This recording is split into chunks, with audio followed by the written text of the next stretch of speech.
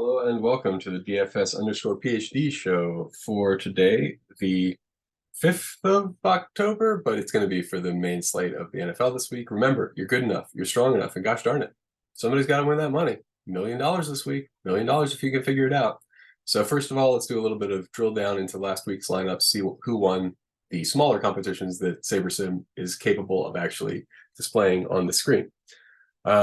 So first of all, the winner used all of the salary and one stack with a run back, no secondary stack.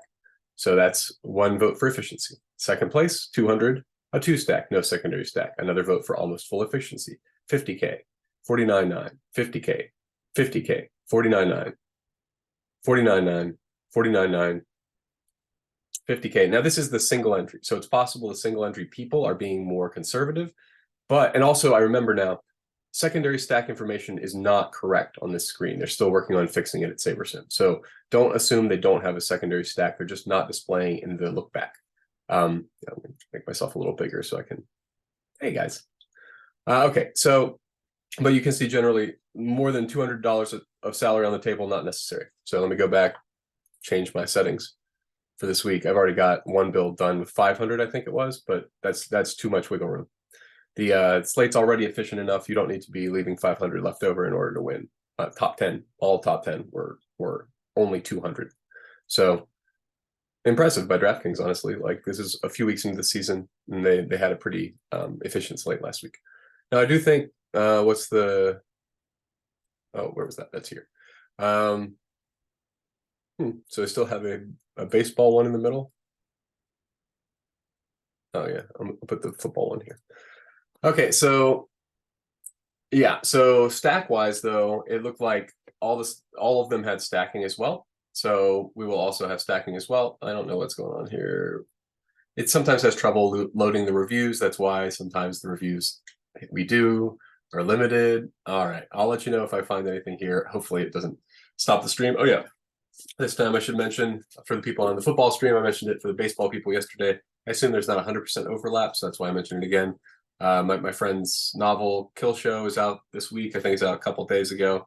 A true crime novel by Daniel Swerin Becker. Got my copy visible on screen, getting through it. It's a fun setup. It's like, if you only watch TV, the setup is the only murders in the building kind of setup. But if you listen to podcasts, you're aware of what a true crime podcast is. So you don't need further background on why that would be fun, what the sorts of ins and outs that could be interesting are. But yes, again, not a sponsored post. That's just a good friend, and I like to give him a little boost since I have any kind of platform. Okay, so yeah, on to this week.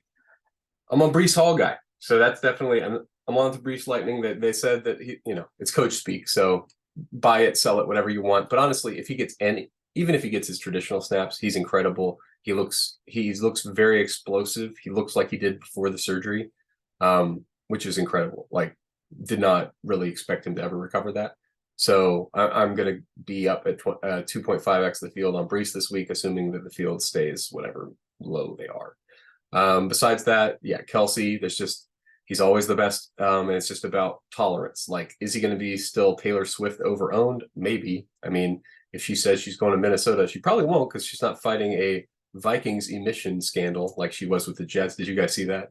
Super clever on her part to go to the Jets game, because now if you search for Taylor Swift Jet, the first result is not her emissions and stuff like that. So that was very clever on her part, assuming that was maybe part of the consideration, but it's possible she's just a nice person and this was a benefit that came, along the side. So yeah, Wandale, this is a good projection on their part. I didn't put this in there. I may yet go back and boost the entire Giants wide receiving core.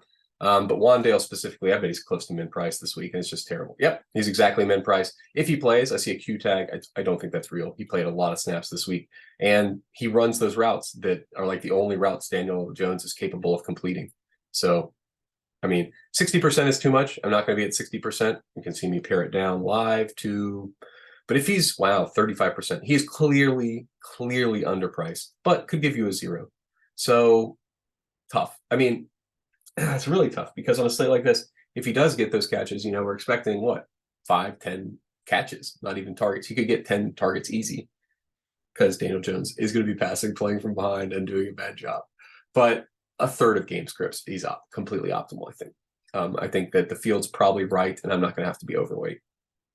Again, these are all dummy lineups. I'm rebuilding later in the week with the information you have later in the week. You should always rebuild close to lock. That's why I will be exiting the stream and paying attention to NBA preseason stuff, because it's almost NBA preseason time here on Thursday morning in real life. But you're watching this in the future and you're concerned about Sunday morning. So continue processing, Sabersim. Come on. All right. Thank you. Yeah. Oh, I should tell you, like, what was my setup? Who are the guys who are even in the build? Who cares what Sabersim picks? You guys can see that. Yeah, so the guys I left out, Daniel Jones as a quarterback, I'll get on his receivers, but like, is he going to be the optimal quarterback? I just can't bet that this week. So bad. I mean, and also 9% of you are betting that, so it's not like I'm getting any edge. I think 9% is covering it. You guys can have it. Same thing with Burrow. Like, number one, they're playing Arizona. I don't expect they're going to have to do a lot of passing it. Number two, 13% of you are already playing him, so there's just no meat on the bone for me. So that's the same deal with Russell Wilson. It's not that I don't think that that Denver isn't a great stack to play most weeks. I just don't think Russ is going to be cooking this week. I think Javonte Williams is going to be cooking, or whoever their running backs are going to be cooking. So yeah, that's why I'm not playing that stack. And I added a few stacks and I buffed a couple of stacks here. Like I think my Bryce. It still won't give me any Bryce Young. I love Bryce Young. I included him in the pool. I want to take a few shots out of 150 for sure. So, I'll be 3x the field on Bryce Young because this Carolina stack is underrated. It's got really condensed target share and it's going to be playing from behind with very easy run backs to see. So I like that Carolina-Detroit game as a sneaky stack. Obviously, it's not as sneaky on the Detroit side, but either way, I like that game, but obviously, you know what to do if you're playing a cash game. If you're trying to win the millionaire, your first two guys in are Hurts and Mahomes. They just have a higher floor and as high of a ceiling as any other quarterback. You're not going to be beaten by them, but this may beat you, right? They are expensive. So your cheap quarterback is probably Kirk Cousins and Tua. Those guys both throw it and are down a peg, and so same ceiling as the other guys. You're playing cash. Those are your four guys you could possibly consider. Probably you just go Hurts. You're playing GPP. And I say you're playing cash. I don't ever play cash. I don't like it. I don't see what the point is in trying to figure out the optimal lineup. That's not fun. And you never really figure it out anyway because something happens, right? So like, I don't know. It's not, you don't even get the arbiter of the one thing you're trying to do. And so I'm not trying to win less. So I want to win the absolute max I can. That's why I'm only playing GPPs. And that's also why I'm playing these ridiculous lineups, right? I mean, like, it's not that I think Ryan Tannehill's got a great arm or Zach Wilson's going to bomb it out there. I just think after what I saw last week, yeah, I'll put some shares on Zach Wilson for sure. That was fine. Like, he was very serviceable. If you give him 30 passes this week, you better double check who's in the MillyMaker lineup. He's going to be just fine. That's Denver's bad. So okay. Achane is, you can make a stand if you want to. My stand is this. I am taking both Achane and Mostert.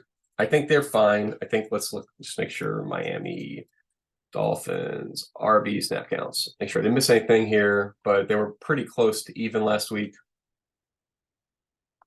in my memory. That's season, yes, because Ingold, but most recent week. 60-43, but this is what I'm saying. So 60-43 is almost 50-50. And points per 100 snaps was, and this is standard, this isn't even PPR. You're given PPR, it's going to be like, 20-70.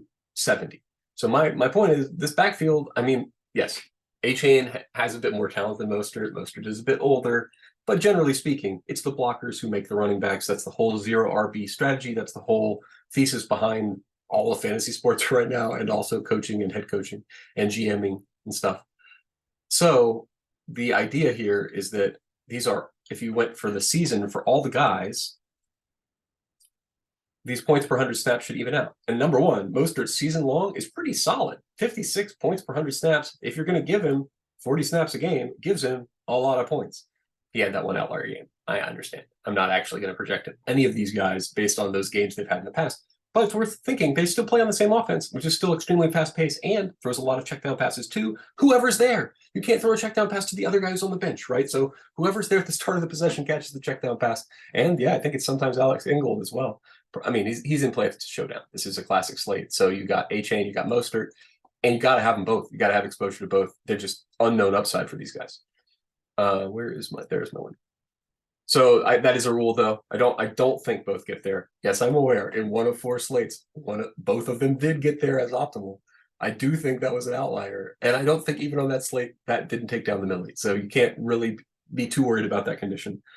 Javante's questionable. I think I might buff him as well. Let me just Saquon as well, not coming in. I thought I was being contrarian to put him in the player pool, but the optimizer tells me that's not just contrarian. That is wrong.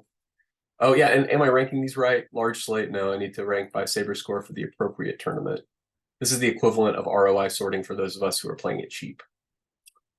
To do it large slate and 50K plus. So tell it I'm playing the big tournament. And in this case, I'm actually playing, if we're doing 150 max, then it's going to be the 50-cent tournament. But, whatever. That's not part of, that's probably where the difference is. Maybe you could input different ownerships, but then you're assuming the field is, you have to assume something about the sharpness of the field when you put in different ownerships for different price levels. And so there's just all sorts of assumptions. I'm not sure if we get there. Running back besides Achane, Swift, Montgomery.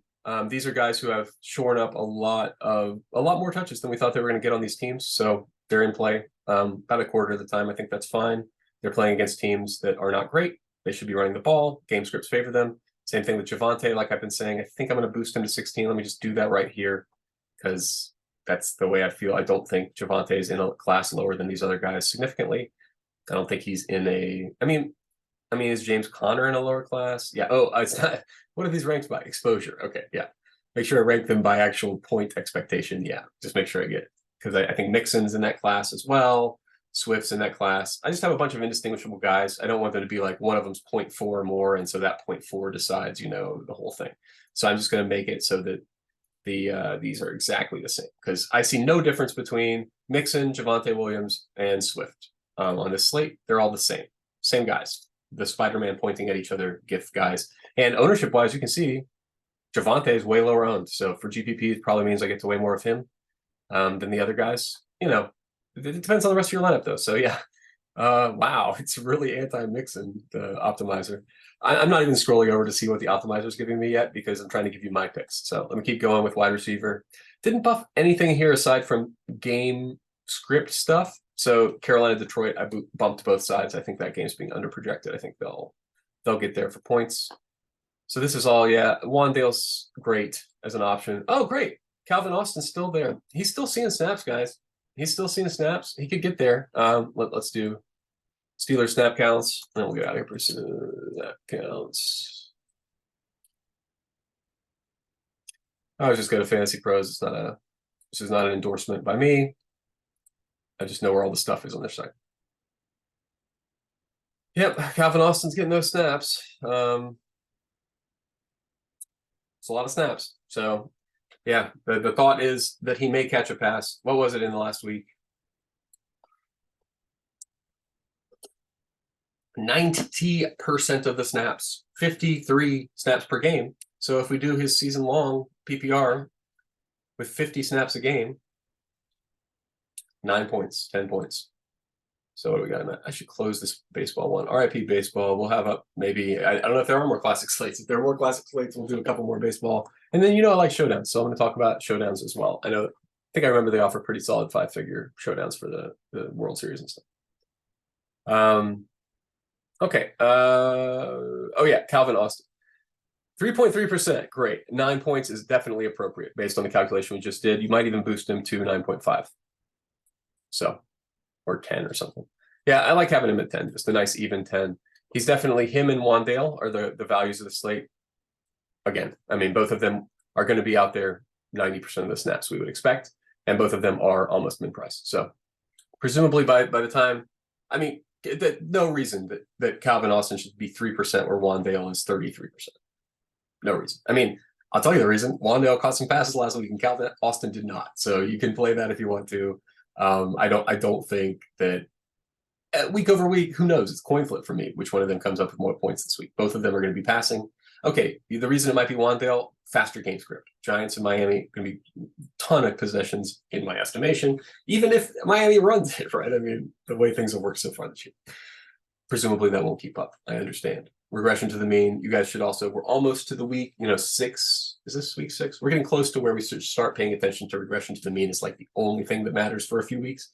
Because we've got a lot of data on snaps, a lot of data on passing. People in teams where they're not making changes, you got to look at those almost catches. Those are going to be the ones that are going to be catches. Because like either they are or that guy's going to be out, like no longer the wide receiver, right? So either way, you've got a play to make. All right, so that's your plays for this week. Tight end. Get the tight end. Tight end and DST. You know my things. I don't play the chalk. So I'm not going to be high on Zach Ertz. I'm going to be not high on Kelsey. I'm going to be high on Goddard. Probably in stacks there since I have so much of Philly. And also run back since I have so much of the Rams. And then DSTs. I didn't actually click the button here. Yeah, I'm going to undo Titans. Anytime this is a chalk DST, don't play it. Don't play it. Don't play it in tournaments. Don't play it. No reason to play in tournaments. Yeah, your upside. It just limits your upside. That's all there is to it. You get a defensive touchdown. You get less upside if you play the chalk.